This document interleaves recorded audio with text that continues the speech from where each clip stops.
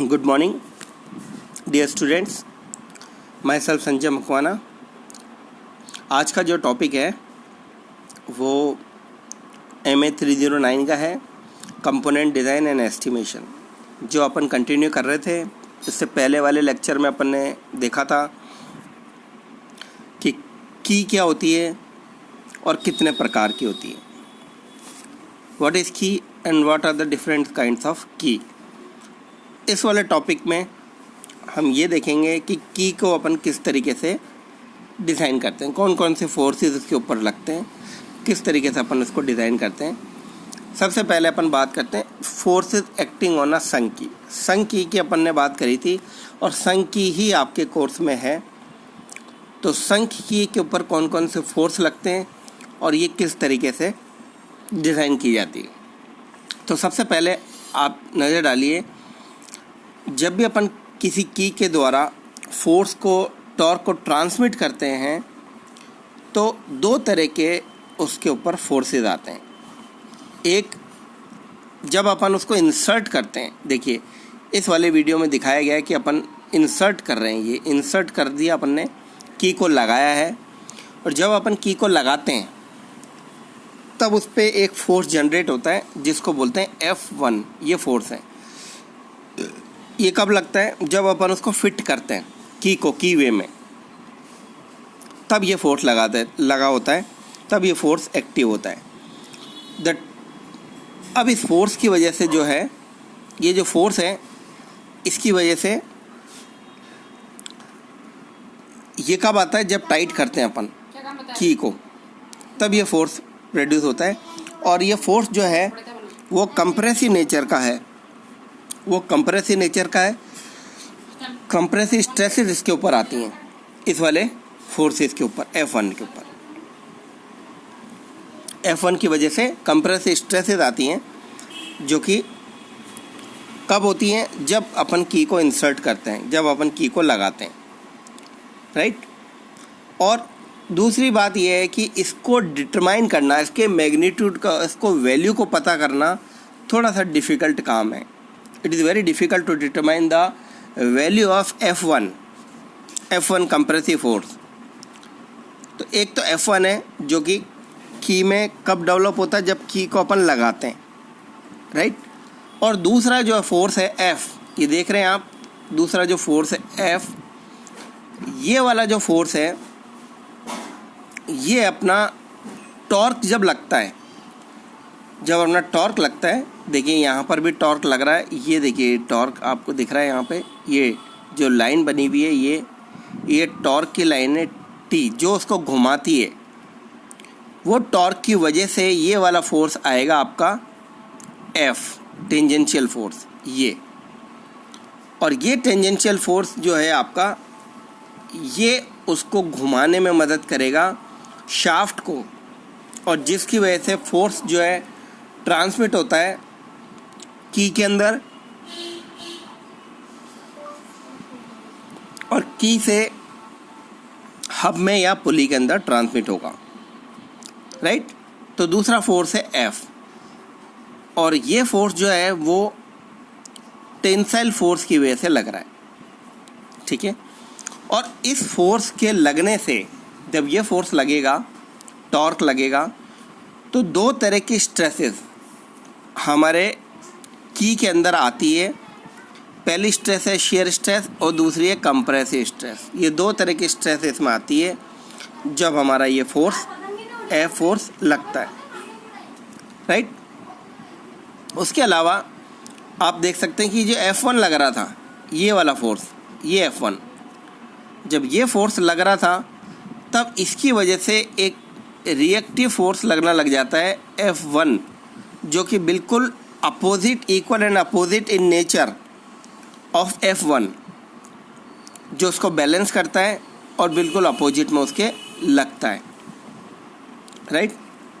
यहाँ जैसा कि मैंने आपको पहले वाले वीडियो में बताया कि लेंथ जो है, ये लेंथ ऑफ की है, ये डायमीटर ऑफ शाफ्ट है, शाफ्ट पे T टॉर्क लग रहा है, T टॉर्क से वो घूम रही है, और यहाँ पर आप देख सकते हैं थिकनेस नज़र आ रही है, विड्थ नज़र आ रही है, टॉर्क नज़र आ रहा है, शाफ्ट नज़र आ रही है, इसका डायमीटर है D, वो नज़र आ रहा है। तो ये these are the definition of the shaft. अब यहाँ इसके डेरिवेशन करने से पहले हम ये ध्यान रखते हैं, दो अजम्पशंस अपन करते हैं।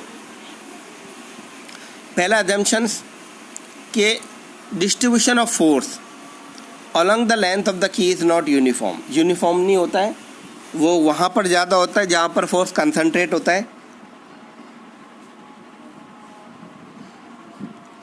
लेकिन यहाँ पर हम जब इसको सॉल्व करेंगे डेरिवेशन को, तो हम ये अजम्पशन मानेंगे कि distribution of force along the length is uniform, force is uniformly distributed. पहली बात तो ये। दूसरा, the designing a key force is due to fit of the key are neglected. ये जो फिट की वजह से फोर्स है, ये वाला फोर्स, ये देखिए, ये फोर्स जो है इसको अपन नेग्लेक्ट कर देंगे, इसका कोई रोल नहीं है, इसका कोई रोल नहीं है, राइट। तो ये दो अजम्पशंस हैं। एक तो अपन ने माना distribution of force along the length is uniform and there is no compressive stress acting on it due to this force. इस फोर्स की वजह से कोई कंप्रेसिव स्ट्रेस एक्टिव नहीं है। अब अपन बात करते हैं स्ट्रेंथ ऑफ संघ की। ये देखिए, ये स्ट्रेंथ है संघ की। अब अपन इसके बारे में बात करते हैं, और इससे पहले अपन बात करते हैं कि कौन कौन से इसके टर्म्स है जो इसके अंदर यूज़ होगी। T amount of torque, F tangential force, D diameter of shaft, L length of की, डब्ल्यू विड्थ ऑफ की, और टी थिकनेस ऑफ की। और इस फोर्स की वजह से जो दो स्ट्रेसेस आ रही हैं, वो दोनों स्ट्रेसेस हैं एफ एस और एफ सी, शियर स्ट्रेस और क्रशिंग स्ट्रेस। ये दो तरह की स्ट्रेसेस इसके ऊपर आ रही हैं, राइट। अब अपन बात करते हैं कंसीडरिंग शेयरिंग ऑफ अ की, कि पहले अपन एक एक करके बात करते हैं कि शेयरिंग स्ट्रेंथ को अपन कंसीडर कर रहे हैं, considering sharing of the key. तो जब अपन शेयरिंग को कंसीडर कर रहे हैं, तो सबसे पहले अपने पास जो फॉर्मूला है वो अगर अपन निकालें, तो क्योंकि अपन को पता है फोर्स होता है एरिया इनटू स्ट्रेस। ये अपन फोर्स की डेफिनेशन अपन देते हैं, एरिया इनटू स्ट्रेस। तो यहाँ पर भी अपन ने वही परिभाषा दी है फोर्स की, एरिया इनटू स्ट्रेस। लेकिन यहाँ एरिया वो वाला काम में आएगा जो एरिया जिस पे क्रॉस सेक्शनल एरिया, जिस पे स्ट्रेस डेवलप हो रही है। और वो क्रॉस सेक्शनल एरिया कौन सा है? अगर अपन शेयरिंग की बात करते हैं, अगर अपन शेयरिंग की बात करें, तो जो शाफ्ट जो की है वो शेयर ऑफ होगी। शेयर ऑफ होगी तो कैसे होगी कि आधी तो जो है वो शाफ्ट में रह जाएगी और आधी जो है वो हब के अंदर चली जाएगी, और बीच में से शेयर ऑफ होगी। जैसे मैं आपको समझाने के लिए डायग्राम बना रहा हूँ, जैसे ये और ये एक ही की थी, लेकिन ये आधी की जो है वो शाफ्ट के अंदर रह गई और आधी की जो है वो हब के अंदर रह गई। तो ये शेयर ऑफ हो गया, यहाँ से शेयर हुआ, ये देखिए यहाँ से शेयर ऑफ हो गया। तो शेयर के इसमें कौन कौन सा एरिया इन्वॉल्व था? तो अगर अपन देखें तो ये पूरा एरिया इसका इन्वॉल्व था। ये देखिए, ये एरिया इसका इन्वॉल्व था। इसमें ये लेंथ आई है और ये विड्थ आई है। तो अगर अपन इसका अब एरिया निकालें, ये वाला एरिया, तो वो हो जाएगा length into width, L into W, right. तो ये देखिए यहाँ पर वही लिखा हुआ है, एल इंटू डब्ल्यू, राइट। और इंटू स्ट्रेस, तो स्ट्रेस आ गई शेयर स्ट्रेस। स्ट्रेस जिस स्ट्रेस के कारण वो फेल हो रहा है वो स्ट्रेस है शेयर स्ट्रेस। तो यहाँ पर अपन ने लिख दिया शेयर स्ट्रेस। अब जब अपन टॉर्क निकालेंगे, टॉर्क, क्योंकि ये जो फोर्स है, अगर अपन देखें ये जो फोर्स लग रहा है यहाँ पर F, ये टॉर्क प्रोड्यूस करेगा। तो यहाँ से जो डिस्टेंस है सेंटर पॉइंट की, वो F इंटू डी, टॉर्क क्या होता है? Force into distance, right. तो हम फोर्स इंटू डिस्टेंस लिखने जा रहे हैं। ये देखिए अपन ने लिखा फोर्स इंटू डिस्टेंस, और यहाँ फोर्स की जो वैल्यू है that is area into stress, वो अपन और लिख देंगे। तो यहाँ अपन ने लिख दिया एरिया इंटू स्ट्रेस। यहाँ देखिए आप, ये एरिया इंटू स्ट्रेस लिखा अपन ने। और अब इसको अपन ने पुट कर दिया तो ये हमारा क्या बन गया, अगर इसको अपन देखें तो T equals to L into W into Fs into D/2. D/2 is the distance from the where force is acting, जहाँ पर फोर्स लग रहा है वहाँ से D/2 डिस्टेंस है। देखिए यहाँ फोर्स लग रहा है तो ये जो डिस्टेंस है ये D/2 है, ये D/2 है। तो ये जिस दूरी पे वो F लग रहा है, F into D/2 equals to T, ये ध्यान रखना है आपको, राइट। तो ये हमारा जो फॉर्मूला आया वो आ गया ये वाला फॉर्मूला, ये देखिए ये वाला फॉर्मूला। और ये जो फॉर्मूला है हमारा वो हमारा है शेयरिंग स्ट्रेंथ का फॉर्मूला। इसी प्रकार से जब अपन क्रशिंग को कंसिडर करते हैं, जब अपन क्रशिंग को कंसिडर करेंगे तो क्रशिंग के अंदर ये वाला फॉर्मूला अपना यूज़ आएगा, वही F इंटू T। लेकिन यहाँ ये ध्यान रखना पड़ेगा कि क्रश के अंदर जो एरिया है, जैसे ये हमारी शाफ्ट है, इसके अंदर ये की लग रही है, तो की के अंदर जो एरिया क्रश होगा वो ये वाला होगा, नीचे वाला एरिया क्रश होगा जो शाफ्ट के अंदर है या जो हब में है, वो एरिया क्रश होगा और उसका अपन को एरिया लेना है। तो जैसे अगर अपन मान लीजिए ये शाफ्ट है, ये मान लीजिए शाफ्ट है और ये शाफ्ट के अंदर का एरिया है, तो यहाँ फोर्स लगेगा जिसकी वजह से क्रश होगा। तो ये जो एरिया है दिस इनटू, अगर अपन इसको ऐसे देखें, आप ये देखिए ये एरिया इसमें अपन को कंसिडर करना है। अब इसमें क्या होगा, लेंथ काम में आ रही है और ये जो थिकनेस है वो आधी हो जाएगी, क्योंकि आधी थिकनेस हमारी हब में है और आधी थिकनेस हमारी शाफ्ट के अंदर है और आधी थिकनेस ही क्रैश हो रही है। तो यहाँ जो हमारा एरिया है वो होगा L इंटू T/2 और इंटू स्ट्रेस। और इसको अगर अपन अब पुट करें F इंटू D/2 में, तो ये हो जाएगा L इंटू T/2, ये इंटू स्ट्रेस, ये देखिए, और इंटू D/2 ये वाला डिस्टेंस, ये यहाँ लिख दिया अपन ने। तो ये हमारा पूरा फॉर्मूला हो गया L into T/2 into share crushing stress into D/2। तो ये हमारा फॉर्मूला आ गया हमारा क्रशिंग का। ये देखिए ये फॉर्मूला आ गया क्रशिंग का। अब इसमें ये भी ध्यान रखना पड़ेगा आपको कि एक की अगर इक्वल स्ट्रॉन्ग है शेयरिंग और क्रशिंग के अंदर, तब हमारे को क्या करना है कि इन दोनों की जो स्ट्रेंथ है क्रशिंग की और शेयरिंग की, इन दोनों को इक्वलाइज कर देंगे अपन। ये देखिए ये इक्वलाइज कर दिया अपन ने बराबर, ये दोनों अपन इक्वलाइज कर देंगे। और जब दोनों को इक्वलाइज कर देते हैं तो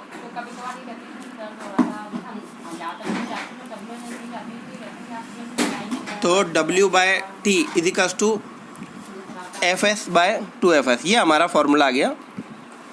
और इस फॉर्मूले से अब अपन ये निकाल सकते हैं कि देखिए इस फॉर्मूले को जब अपन ऑल सॉल्व करेंगे तो ये हमारा निष्कर्ष निकला है इसमें कि जब W/T करेंगे, W/T कब करेंगे कि जब हमारी विड्थ जो थिकनेस के बराबर हो जाएगी। और अगर अपन ऐसा रखेंगे तो इससे ये प्रतीत होता है कि ये जो की है वो स्क्वायर की है, और एक स्क्वायर की के लिए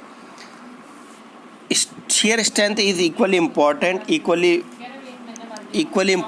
to crushing strength। तो इसका मतलब जब अपन यहाँ 1 पुट कर देंगे W/T जब बराबर हो जाएगा तो ये 1 हो जाएगा, और 1 पुट कर देंगे तो हमारी जो इक्वेशन हो जाएगी वो हो जाएगी Fc equals to twice of Fs। ये हमारा फॉलो करना पड़ेगा, राइट।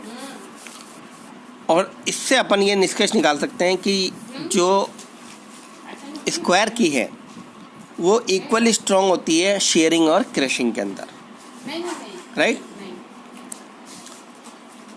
अब इसके अलावा इसमें एक चीज़ और अपन देखेंगे कि to find out the length of the key to transmit full power of the shaft, अगर अपन वो लेंथ निकालना चाहें की जो फुल पावर ट्रांसमिट कर देते हैं। तब अपन को क्या करना है, तो उसके लिए अपन को shearing strength of the key is equal to torsional shearing strength of the shaft. जो की शेयर स्ट्रेस है उसको अपन, ये देखो ये शेयर स्ट्रेस है, ये वाली,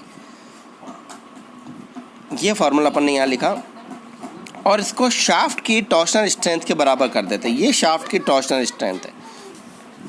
तो जब इनको इक्वलाइज कर देते हैं, ये देखिए यहाँ पर इन दोनों को इक्वलाइज करा अपन ने, तो हमारा जो लेंथ निकली वो निकली 1.571 डी। इसको अपन सॉल्व करेंगे और इसको सॉल्व करेंगे तो जो हमारी लेंथ निकली वो निकली 1.571 डी। डायमीटर का इतना गुना होना चाहिए कम से कम ऐसी शाफ्ट की, जो ऐसी शाफ्ट अगर अपन लेंगे तो वो फुल पावर ट्रांसमिट करेगी, राइट।